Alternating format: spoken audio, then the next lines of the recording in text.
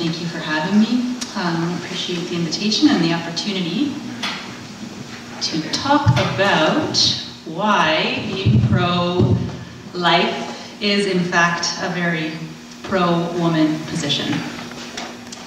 I thank each one of you for coming Friday night, cold Friday night at that, and I'm not sure why each person is here, whether you're a pro-life person who would like to have your attention drawn to the reasons why being pro-life is a very pro-woman position to take, or whether perhaps you are pro-choice and are interested in what kind of crazy arguments I'll put forward on this issue from the basic level. So I hope that I have a little bit of something for everybody here.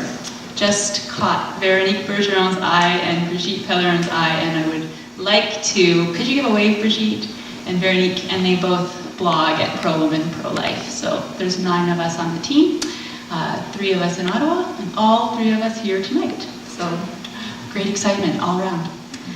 I know why I'm here. It is not to do pro-life apologetics. It is not to discuss the personhood status of the fetus or whether or not, or debate that.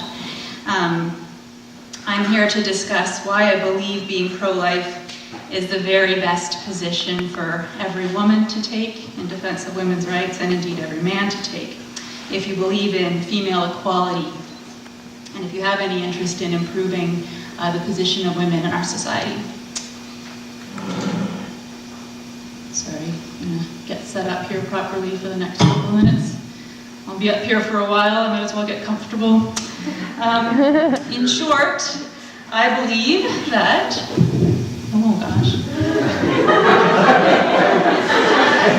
In short, I believe that access to abortion detracts from women's well-being. I believe that access to abortion detracts from a woman's well-being. I would also just like to set the stage or the tone as well, and not knowing where each one of you stands on this issue. I'm very happy to write about these things and take a really passionate stand, but oftentimes the writing I do is in the realm of the theoretical, and I understand that some of you here tonight, this is not theoretical. Some of you may have had abortions, and I just want to acknowledge that and say I hope you feel welcome, and I hope that you have some grace for me if I speak in a manner that offends you. It certainly is a very, very difficult topic, and I'm well aware of that, and I can't promise that every word I say will resonate or that I won't offend because of the difficulty of the topic, but I do hope that if that's your situation here tonight, that you can have a bit of grace for me as well if I do offend. And perhaps write an email. I get plenty of them, and I always try to respond, so something to bear in mind. It's not theoretical for everyone. I'm going to start with an email that someone sent in to my website, and I do indeed try to respond to every email I get. It is something I'll read in full because I believe many of you might relate to it. Hi, I had an abortion about 7 months ago. There was no way I could afford to become a parent, and I wasn't about to burden my family with unnecessary debts. My boyfriend and I discussed it, but right from the beginning we knew abortion was the only option. Perhaps you could have put it up for adoption. No, I was unwilling to see the pregnancy through. I was unwilling to pause everything for however much time so I could give birth to a child that I would never be able to hold.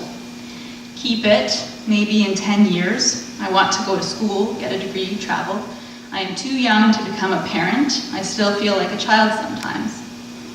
I want to be able to support my future baby financially and mentally to the best of my abilities. I cannot give that right now. My parents used to say things like, I want you to have the life I never had. I want to be able to do that too. It would be absolutely irresponsible of me to have a baby and keep it. Thanks for reading. I just wanted it off my chest. This is not pro-woman to me. This is not pro-woman to me. Those are her sign-off words for me. And some of you may relate to that email. It's certainly a story I've heard many times. It's not the first email I've gotten like that. And it does get at the question of what would make you successful. And what would allow you to have the life that your parents want you to have, as she writes. I think it's interesting that even at her age, she's wondering about that and wanting to make her parents happy. I think a lot of us do feel that way as well. What I'm about to say to you in this crowd as I give a public lecture is not what I wrote back to her. I posted my reply to her in full on my website on Christmas Day. Yes, Christmas Day. Apparently I don't have that much going on. But here in this audience, I'll say something different. I would say at the core, her note doesn't tell me any reasons why her position is particularly pro-woman either. She hasn't explained or fleshed out why the short-term deferral of her goals would make her a lesser person, why she would not be all that she can be if she carried a child for 9 months, why her female biological capacity to have children should act as a barrier to her success. So I'm not wanting to sound callous, but I have to say her note leads me to my first point. And that is the idea that abortion, or better put, access to abortion, that idea that it increases women's rights and heightens our position in society is, to begin with, just an opinion. That's all it is. That's all it ever has been. And that is all it ever will be. It's an opinion. I'm not sure how much time to spend on this idea. It even sounds a bit patronizing, but I think it is worth stressing because in particular for me, it wasn't presented as an opinion. It was something that was presented as more or less a fact. And on university campuses, that tends to be the case even more so than off campus. And certainly in politics, good luck to you if you try to diverge from that point of view. So that it's an opinion is something worth stating. And if you want to believe in that opinion, then I say fine, but there's absolutely nothing sacrosanct about it. And there's absolutely nothing scientific about it, which is very interesting to me that in our culture, we are this entrenched position that is fairly unscientific, has taken such deep hold, because we do live in a culture, I think, where we're looking for studies, we're looking for empirical proof. So it's a point of view, and it's a point of view that deserves to be challenged. And so here we are, or rather, here I am.